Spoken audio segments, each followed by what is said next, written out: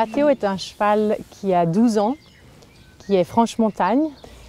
C'est un cheval qui est très calme, qui est très doux, qui est très tranquille, donc qui inspire beaucoup de confiance aux gens. Avec la Théo, il y a vraiment quelque chose de spécial. C'est un ami, un confident. Et je sais qu'avec lui, je me sens bien, je passe des bons moments.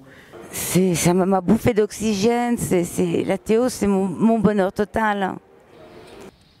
Quand on a choisi les chevaux, on a essayé vraiment de trouver des chevaux qui avaient un parcours qui serait facile ensuite à gérer.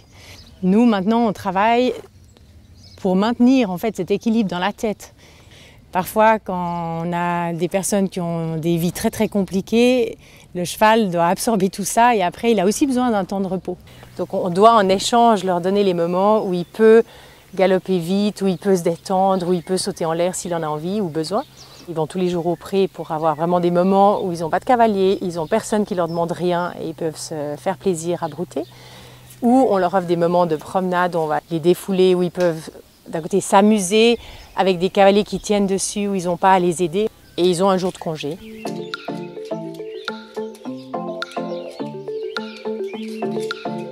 Les National Games ou Special Olympics, c'est une compétition qui est un peu comme les Jeux Olympiques, mais spécifiquement pour les personnes handicapées. Et là, c'est au niveau national, donc au niveau de la Suisse. Et quand j'ai entendu parler, je me suis dit, ça pourrait être intéressant de participer. J'ai encore jamais participé à une grosse compétition.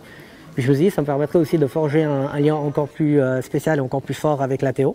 Mon moment d'équitation, c'est un moment de tendresse, un moment de calme. Dès que je suis sur le cheval, je me sens libre. Je suis comme si j'étais dans un autre monde, où il n'y a pas de soucis, il n'y a rien. Mon moment de bonheur total. Je ne vois plus ce qui nous entoure. Il n'y a que la Théo et moi.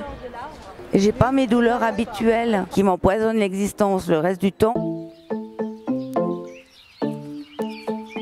Quand on l'a choisi, on savait qu'il y aurait un travail complémentaire à faire pour qu'il connaisse son métier de cheval thérapeute. On a beaucoup travaillé le montoir. Ça, c'est un élément clé où les chevaux doivent pouvoir s'arrêter à côté du montoir, rester très très tranquille. Ça peut prendre du temps.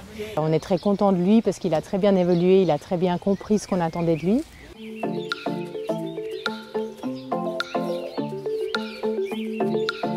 Le travail à pied, il a plusieurs utilités. La première, ça va être d'établir un lien de confiance avec le cheval, sachant qu'en thérapie et en équitation adaptée, on est à côté du cheval. Ça ne va pas empêcher au cheval de se montrer désobéissant ou bien difficile si la personne n'est pas adéquate.